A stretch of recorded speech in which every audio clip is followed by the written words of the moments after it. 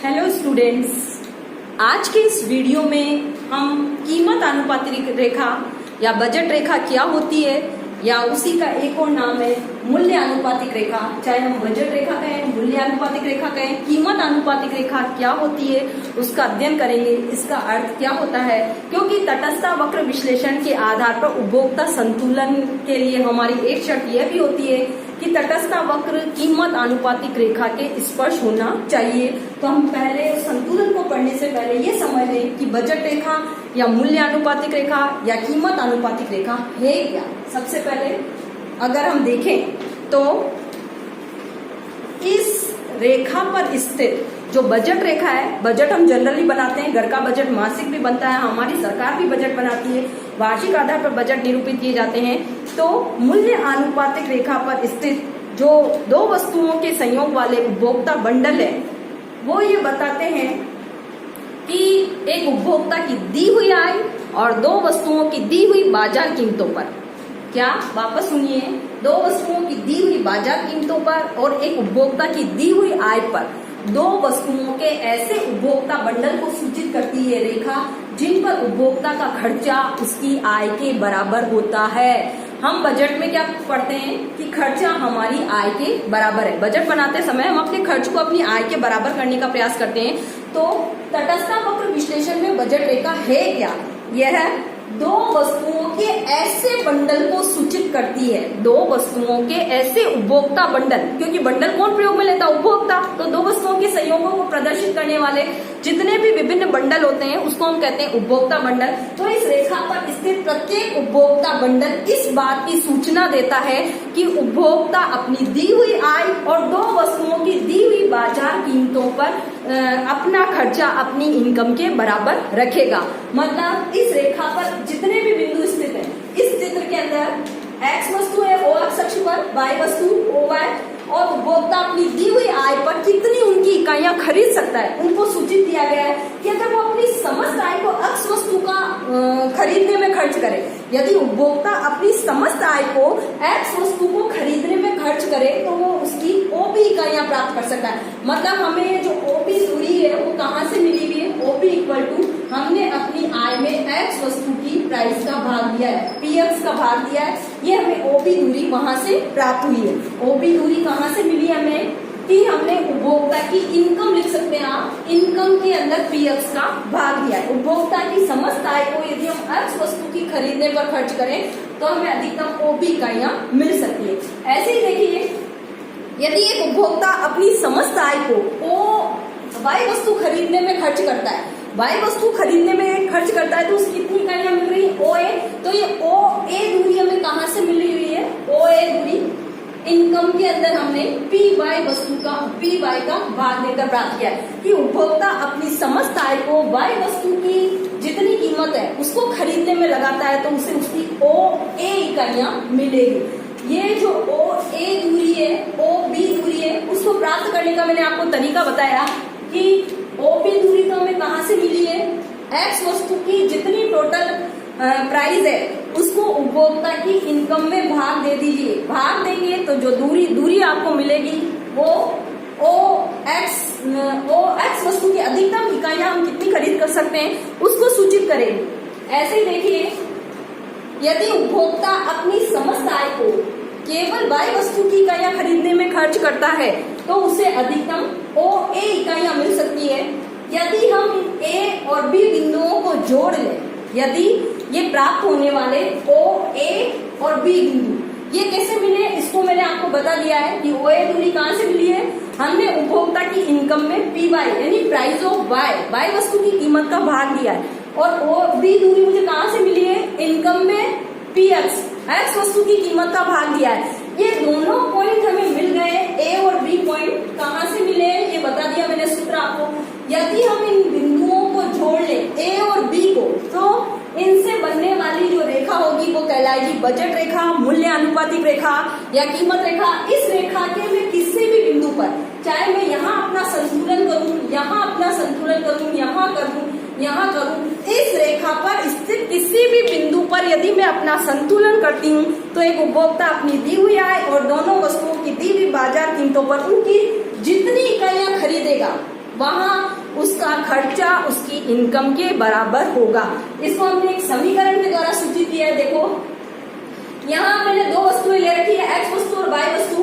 Quantity of x को मैंने किससे गुणा किया है, पी एक्स से। क्वांटिटी ऑफ एक्स को किससे गुणा किया है, प्राइस ऑफ एक्स, यानी एक्स वस्तु की जितनी इकाइयां खरीदी है उसको उसकी कीमत से गुणा कर दीजिए, q y into p y. Q y को वाई यानी वाई वस्तु की जितनी क्वांटिटी आपने खरीदी है उसको उसकी कीमत से गुणा कर दीजिए। दो वस्तुओं की जितनी क्वांटिटियां हमने उनको उनकी प्राइस से गुणा कर दिया, और जो प्लस आया हमारा, तो ये तो हो गया टोटल हमारा कितना व्यय हुआ है, q x into p x plus q y into p y. ऐसा करके हमने टोटल व्यय निकाल लिया। एक एक्स वस्तु पर किया जाने वाला व्यय, दूसरा हमने वाई वस्तु पर किया जाने वाला व्यय। तो इस व्यय को जितना इस पर रेखा पर यदि हम संतुलन करते हैं तो हमारा व्यय हमारी इनकम के बराबर माना जाता है। तो बजट रेखा की परिभाषा क्या हुई कि इस रेखा पर स्थित वस्तुओं के ऐसे संयोग सूचित होते हैं या ये उन उपभोक्ता बंडल की सूचना देती है जिन्हें एक उपभोक्ता अपनी दी हुई आय और दो वस्तुओं की बाजार कीमतों पर खरीद सकता है, और इस रेखा पर स्थित किसी भी बिंदु पर संयोग करने पर उपभोक्ता का टोटल खर्च उसकी टोटल इनकम के बराबर होता है। बजट रेखा क्या है, आय व्यय का बैलेंस करने वाली रेखा है जो ये बताती है कि उपभोक्ता अपनी दी हुई आय और दो वस्तुओं की दी हुई बाजार कीमतों पर किन उपभोक्ता बंडलों को प्राप्त कर पाएगा। मतलब ये OA और OB दूरी यदि हमने निकाल ली है, यदि हम ए और बी बिंदुओं को स्पर्श करती हुई एक रेखा खींच लें तो जो रेखा हमें मिलेगी उसको हम कहते हैं कीमत अनुपातिक रेखा, मूल्य अनुपातिक रेखा या बजट रेखा। तो ये रेखा हमें क्या, ये OB दूरी कहाँ से मिली है, मैंने सारी इनकम में एक्स वस्तु की कीमत का भाग दे दिया है, यानी सारी इनकम को यदि मैं एक्स वस्तु की खरीद पर लगाती हूँ तो मुझे उसकी OB इकाइयां मिल सकती है। यदि मैं अपनी सारी इनकम को वाई वस्तु की खरीद में लगाती हूँ तो मुझे उसकी OA इकाइयां मिल सकती है। तो ए और बी बिंदु प्राप्त करने का तरीका तो क्या हुआ, ये यदि मैं ए व बी बिंदु को जोड़ लूं, बी बिंदु को जोड़ लूं, बिंदु को जोड़ने पर बनने वाली रेखा बजट रेखा कहते हैं। बजट रेखा मतलब इसका निर्माण कैसे किया गया है, एक्स और वाई दोनों वस्तुओं की जो कीमतें हैं मैंने उपभोक्ता की टोटल इनकम में उनका भाग देकर प्राप्त किया है इनको। इस रेखा पर स्थित मैं किसी भी बिंदु का चुनाव कर लूं, इस रेखा पर किसी भी बिंदु का चुनाव कर लूं तो मेरा टोटल खर्च मेरी टोटल इनकम के बराबर होता है। यदि उपभोक्ता अपना संयोग देखिए RST इन बिंदुओं पर कर लेता है या इन बिंदुओं में से किसी बिंदु पर अपना संतुलन बना लेगा तो यहाँ पर उसका खर्चा कम होगा और उसके पास इनकम शेष रहेगी। चाहे वो R बिंदु पर करे, S पर करे या T बिंदु पर करे, यहाँ पर उपभोक्ता का टोटल जो खर्चा है उसकी इनकम की तुलना में कम होगा और उसके पास खर्चा करने के लिए और पैसे बचे रहेंगे। तो वो क्या करेगा, ऊपर की ओर जाएगा और AB रेखा के किसी बिंदु पर अपना संतुलन स्थापित करेगा। अब देखिए इसी चित्र में L, M और N ये तीन बिंदु और ले रखे हैं हमने। यहाँ पर यदि उपभोक्ता संतुलन करता है, चाहे L पर करे, M पर करे, N पर करे, यहाँ पर उसका कुल खर्च उसकी कुल आय से अधिक होगा। तो जब उसके पास पैसे ही नहीं होंगे तो वो इन बिंदुओं को प्राप्त कर ही नहीं पाएगा, वापस नीचे की ओर आएगा और AB रेखा पर स्थित किसी भी बिंदु पर वो अपना संतुलन बनाएगा और यहाँ पर जिस बिंदु का वो चुनाव करेगा वहां उसका टोटल खर्च उसकी टोटल इनकम के बराबर ही होगा। तो न तो वो ऊपर वाले संयोग प्राप्त करेगा और अगर नीचे वाले संयोगों पर अपना संतुलन बनाता है तो उसके पास खर्चा करने के लिए और पैसे बचेंगे, वो ऊपर की ओर अग्रसर होगा और अंततः वो अपना निर्णय AB रेखा पर स्थित किसी बिंदु पर ही करेगा जहां उसका खर्चा उसकी आय के बराबर आएगा और वो अपना संतुलन स्थापित कर पाएगा। ये थी बजट रेखा क्या होती है, उसको हम कैसे रिप्रेजेंट करते हैं और इस रेखा पर स्थित उपभोक्ता का खर्चा उसकी इनकम के बराबर कैसे होता है। अब हम पढ़ेंगे उपभोक्ता की जो ये बजट रेखा है उसका ढलान किन बातों पर निर्भर करता है। इसका ढलान, बजट रेखा का ढलान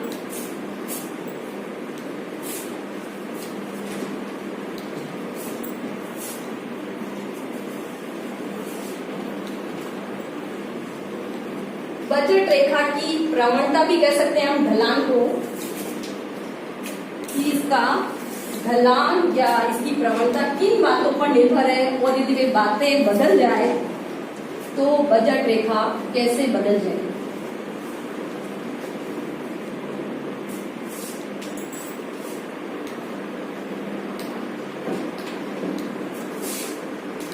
प्रवणता या ढाल।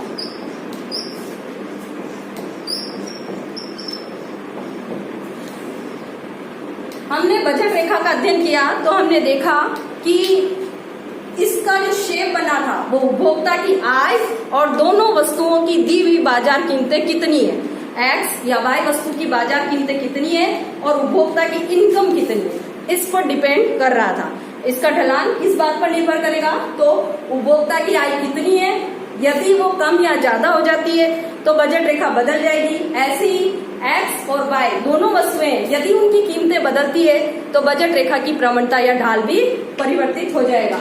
हमने इसके अर्थ के अकॉर्डिंग इसकी प्रवणता या ढाल देखेंगे। सबसे पहले उपभोक्ता की आय बदलनी, उपभोक्ता की आय बदलनी।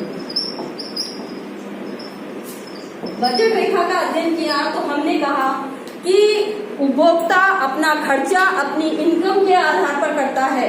यदि उपभोक्ता की आय बदल जाएगी तो उसका खर्चा भी बदल जाएगा। अब आय कैसे बदल सकती है, आय बढ़ भी सकती है और आय कम भी हो सकती है। यदि उपभोक्ता की आय बढ़ती है तो उपभोक्ता क्या करेगा, एक्स और वाई दोनों वस्तुओं की अधिक मात्राएं खरीदने में सक्षम होगा और बजट रेखा ऊपर की ओर अग्रसर हो जाएगी। और यदि उपभोक्ता की आय घट जाए, कम हो जाए तो क्या होगा, उपभोक्ता एक्स और वाई दोनों ही वस्तुओं की अधिक इकाइयां नहीं खरीद पाएगा और यदि उनकी अधिक इकाइयां नहीं प्राप्त करेगा तो वो नीचे की ओर आएगा और बजट रेखा पीछे की ओर स्थानांतरित हो जाएगी। इसको हम रेखा चित्र के द्वारा बता सकते हैं। कैसे, आय बढ़ने पर आय बदलेगी कैसे, है और बाय दो रूप करके हम देखेंगे। बढ़ने पर बढ़ रही है तो क्या होगा,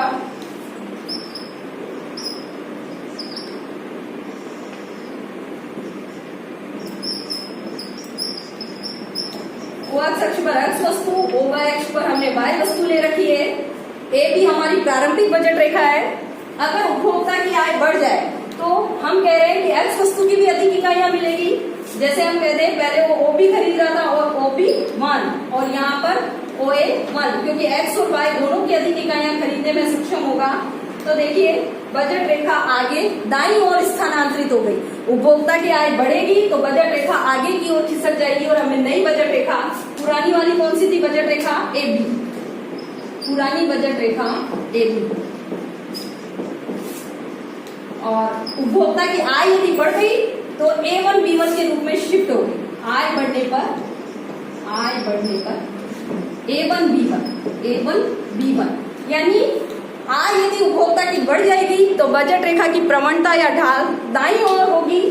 दाईं ओर स्थानांतरित होकर वो ये सूचित करेगी कि हमें एक्स और वाई दोनों वस्तुओं की अधिक इकाइयां प्राप्त हो रही है। अब इसी का दूसरा रूप यदि हम देखें कि यदि आय घट जाए तो क्या होगा, आय घटेगी तो बजट रेखा पीछे की ओर कैसे स्थानांतरित होगी और क्यों होगी, ब भाग करके घटने पर।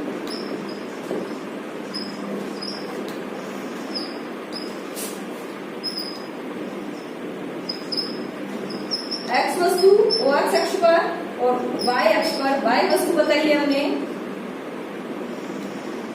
ए बी प्रारंभिक बजट रेखा, यदि आय घट गई तो एक्स वस्तु की भी कम इकाइयां मिलेगी और वाई वस्तु की भी हम कम इकाइयां प्राप्त कर पाएंगे। इसीलिए उपभोक्ता क्या करेगा, पीछे की ओर यानी बाईं ओर स्थानांतरित हो जाएगा और उसको जो नई वाली बजट रेखा मिलेगी वो होगी A1 B1। आय घटेगी तो उपभोक्ता पीछे की ओर चला जाएगा और यदि आय बढ़ेगी तो आगे की ओर स्थानांतरित हो जाएगा। तो पहला हमारा हुआ कि उपभोक्ता की आय बदलने पर बजट रेखा कैसे बदलेगी, यानी इसका प्रवणता या ढाल कैसे परिवर्तित हुआ, या आगे कब जाएगी और पीछे कब जाएगी। फिर हमने इसका अर्थ देखा, तब हमने ये भी कहा कि इसका जो शेप है वो दो वस्तुओं की बाजार कीमतें कितनी है, एक्स की और वाई की, इस पर भी डिपेंड करता है कि x वस्तु की कीमत कितनी है और y वस्तु की कीमत कितनी है। तो कीमत बदलती है, यदि x वस्तु की कीमत बदल जाए या y वस्तु की कीमत बदल जाए या दोनों ही वस्तुओं की कीमतें बदल जाए, तब भी बजट रेखा की प्रवणता या ढाल परिवर्तित हो जाएगा। तो अगला वाला जो हमारा टॉपिक है बजट रेखा की प्रवणता या ढाल से रिलेटेड कि कब बदलेगी ये, जब दोनों वस्तुओं की बाजार कीमतें बदल जाए, या हम यूं कह सकते हैं x या y वस्तु की बाजार कीमतें बदलने पर, x और y वस्तु की बाजार कीमतें बदलने, बाजार कीमतें बदलने।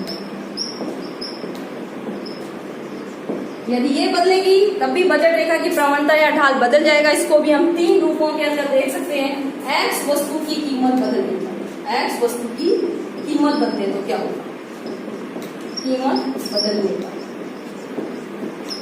पहला एक्स वस्तु की कीमत बदली हमने, यानी हो सकता है बाजार में वाई वस्तु की कीमत वही रहे, केवल एक्स की कीमत परिवर्तित हो जाए, यानी एक्स वस्तु की कीमत बढ़ जाए या घट जाए तो क्या होगा। तब हम इसका शेप या ढलान देखें तो देखिए ओ एक्स अक्ष और ये ओ वाई अक्ष, यहाँ वाई वस्तु, एक्स अक्ष पर एक्स वस्तु,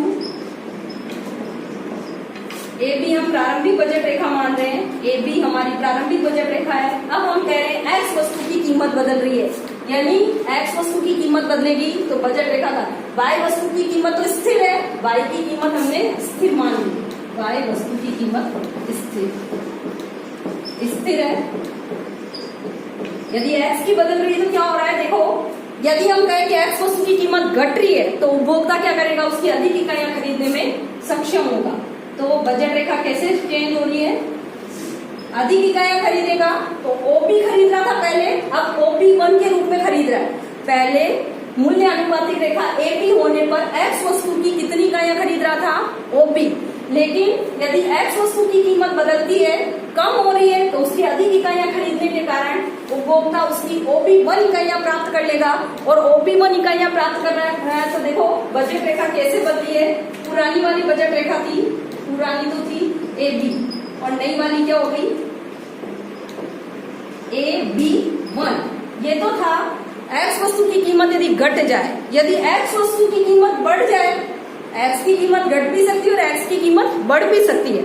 यदि बढ़ जाएगी तो देखिए नई बजट रेखा कैसे हो जाएगी, ये तो था कीमत घटने पर, अब है कीमत यदि बढ़ जाए, एक्स वस्तु की कीमत बढ़ जाए तो क्या होगा, उपभोक्ता उसकी कम इकाइयां खरीद पाएगा। कम इकाइयां कैसे सूचित करी हमने इस रेखा चित्र में, हमने OP से OP2 हम आ गए हैं, इसका मतलब है कि पहले हम OP इकाइयां प्राप्त कर रहे थे, अब कम इकाइयां OP2 ही प्राप्त कर रहे हैं। तो एक्स वस्तु की कीमत बढ़ने पर नई बजट रेखा कैसे हो जाएगी, AB2 के रूप में शिफ्ट हो जाएगी। पहले कीमत यदि घटी थी तो AB1 और कीमत बढ़ेगी, कीमत बढ़ने पर AB2। अब अगर हम एक्स वस्तु की कीमत को स्थिर मान लें और वाई की कीमत में परिवर्तन करें, एक्स वस्तु की कीमत तो स्थिर रहे और वाई की कीमत बदले तो क्या हो, तब बजट रेखा की प्रवणता या ढाल कैसे बदलेगा वो हम देखेंगे। एक्स वस्तु की कीमत बदली तो क्या हुआ, अब वाई वस्तु की कीमत बदलेगी। इसी का सेकंड टॉपिक, वाई वस्तु की कीमत बदलेगी।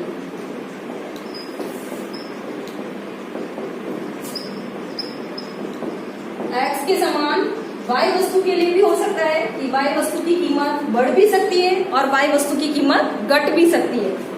अब हमें एक्स की कीमत को स्थिर माना है एक्स वस्तु की, तो एक्स वस्तु की इकाइयों में कोई परिवर्तन हम नहीं करेंगे, केवल वाई वस्तु की इकाइयां खरीदी जाने वाली बदलती जाएगी। उसको हम इस रेखा चित्र के द्वारा क्लियर करेंगे। AB प्रारंभिक बजट रेखा देखो, AB जो कैसे निर्मित की गई है, एक्स और वाई वस्तु की कीमतों को इनकम में भाग देकर, अब वाई वस्तु की कीमत में हमने बदलाव किया है, एक्स की कीमत स्थिर है, यानी OP इकाइयों में कोई परिवर्तन नहीं होगा। वाई वस्तु की कीमत यदि बढ़ जाए तो क्या होगा और घट जाए तो क्या होगा, वाई की कीमत यदि बढ़ती है तो देखो हम इसकी कम इकाइयां ले पाएंगे, कम इकाइयां ले पाएंगे यानी हम OA दूरी से नीचे ही रहेंगे। किसी वस्तु की कम इकाइयां मिल रही है मतलब हम इस बिंदु से ऊपर की ओर नहीं जा पाएंगे, तो हमारा संतुलन नीचे की ओर होगा। ओ ए से हम OA1 पर आ गए, क्योंकि उसकी कम इकाइयां नीचे वाले बिंदुओं पर ही सूचित होगी। अब देखिए, यदि Y वस्तु की कीमत बढ़ जाए तो नई बजट रेखा कैसे स्थानांतरित होगी? A1B के रूप में। Y वस्तु की कीमत बढ़ने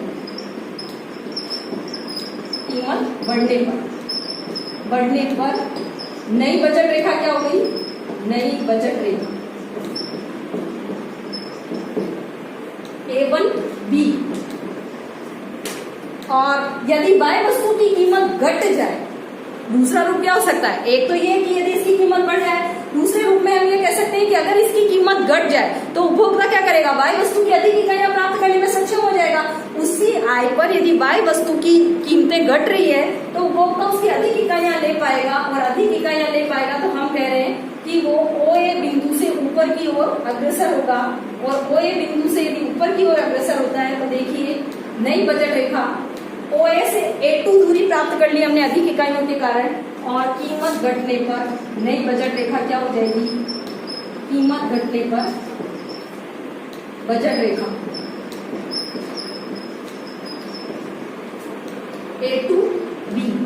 A2B के रूप में परिवर्तित हो गई। तो X और Y वस्तु में यदि हम एक वस्तु की कीमत को स्थिर रखें और दूसरी में परिवर्तन करें, यानी उसकी कीमत को बढ़ा दें या घटा दें, तो बजट रेखा की प्रवणता या ढाल परिवर्तित हो जाएगा। एक एक वस्तु की कीमत को पहले आपको स्थिर मानना है, कभी X को, सेकंड बार हमने Y को परिवर्तनशील किया है। अब हम देखेंगे कि दोनों ही वस्तुओं की कीमतें बदले, X की भी बदल जाए और Y की भी बदल जाए तो क्या होगा? तीसरी स्थिति में X और Y दोनों वस्तुओं की बाजार कीमतें बदलनी। यदि दोनों ही वस्तुओं की कीमतें बदलती है, उसमें क्या हो सकता है? एक की कम या दूसरे की ज्यादा हो सकती है, दूसरे की ज्यादा और पहली वाले की कम हो सकती है। इसके भी 3-4 रूप हैं, मगर हम यहाँ केवल ये देख लेंगे दोनों वस्तुओं की X व Y, दोनों वस्तुओं की कीमतें बढ़ने या घटने पर क्या होगा? दोनों वस्तुओं की कीमतें बदलने पर, एक बार बढ़ते क्रम में और एक बार घटते क्रम में होगा तो क्या होगा? तब भी बजट रेखा की प्रवणता या ढाल कैसे बदलेगी? हमें पता है कि जब किसी वस्तु की कीमतें घटेगी, यदि दोनों की ही घट रही है, हम मान लें X कोई वस्तु, Y कोई वस्तु, दोनों की कीमतें घट रही है, तो हम अपनी दी हुई आय पर दोनों की ही अधिक इकाइयां खरीदने में सक्षम होंगे।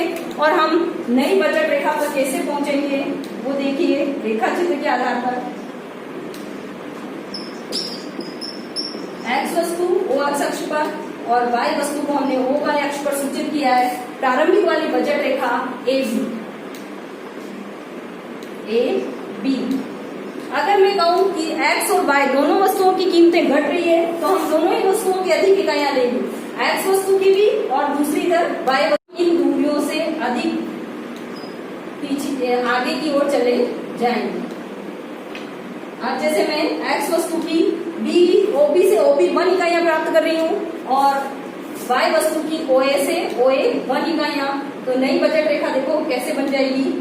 A1B1 के रूप में। यानी प्रारंभिक वाली बजट रेखा क्या थी? AP, और दोनों वस्तुओं की कीमतें घटती है तो नई बजट रेखा क्या होगी? A1B1।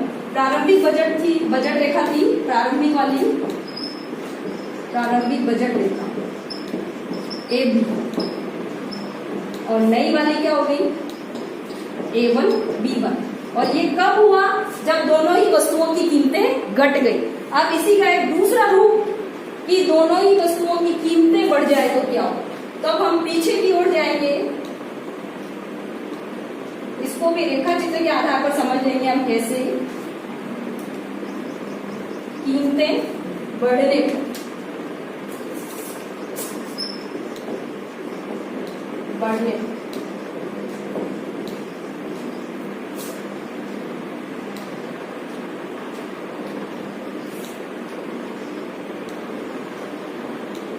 AB हमारी प्रारंभिक बजट रेखा,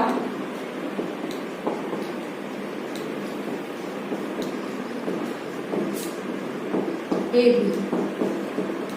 अब देखिए X वस्तु की कीमत भी यदि बढ़ रही है और वाई वस्तु की कीमत भी यदि बढ़ रही है तो हम क्या करेंगे, क्योंकि कम इकाइयां खरीद पाने में सक्षम होंगे। पहले हम ओपी इकाइयां प्राप्त कर रहे थे, अब हम कम इकाइयों पर आ जाएंगे तो हमारा नया संतुलन ओपी 1 पर होगा। ओए इकाइयां प्राप्त कर रहे थे वाई वस्तु की, अब हम ओए 1 इकाइयां ही प्राप्त कर पा रहे हैं। तो देखिए हमारा नई जो बजट रेखा है उसका निर्माण इन नए बिंदुओं को मिलाने से होगा। A1 B1 के रूप में हम शिफ्ट हो गए नई बजट रेखा। A1 B1 के रूप अगर कीमतें बढ़ जाएगी, पीछे की ओर आ गए हम, यानी दाईं ओर शिफ्ट हो गए। कहने का अभिप्राय है कि यदि दोनों वस्तुओं की कीमतें घटती है तो हमारी बजट रेखा दाईं ओर शिफ्ट होगी, और यदि हमारी कीमतें बढ़ती है तो नई बजट रेखा बाईं ओर शिफ्ट हो जाएगी। ये था बजट रेखा का अर्थ क्या होता है, बजट रेखा का निर्माण हम कैसे करते हैं, और बजट रेखा की प्रवणता या ढाल दोनों वस्तुओं की कीमतों और उपभोक्ता के आय पर कैसे निर्भर करती है। यदि आपको कोई दिक्कत है तो मुझे मेरे व्हाट्सएप नंबर पर कॉल कर सकते हैं। धन्यवाद।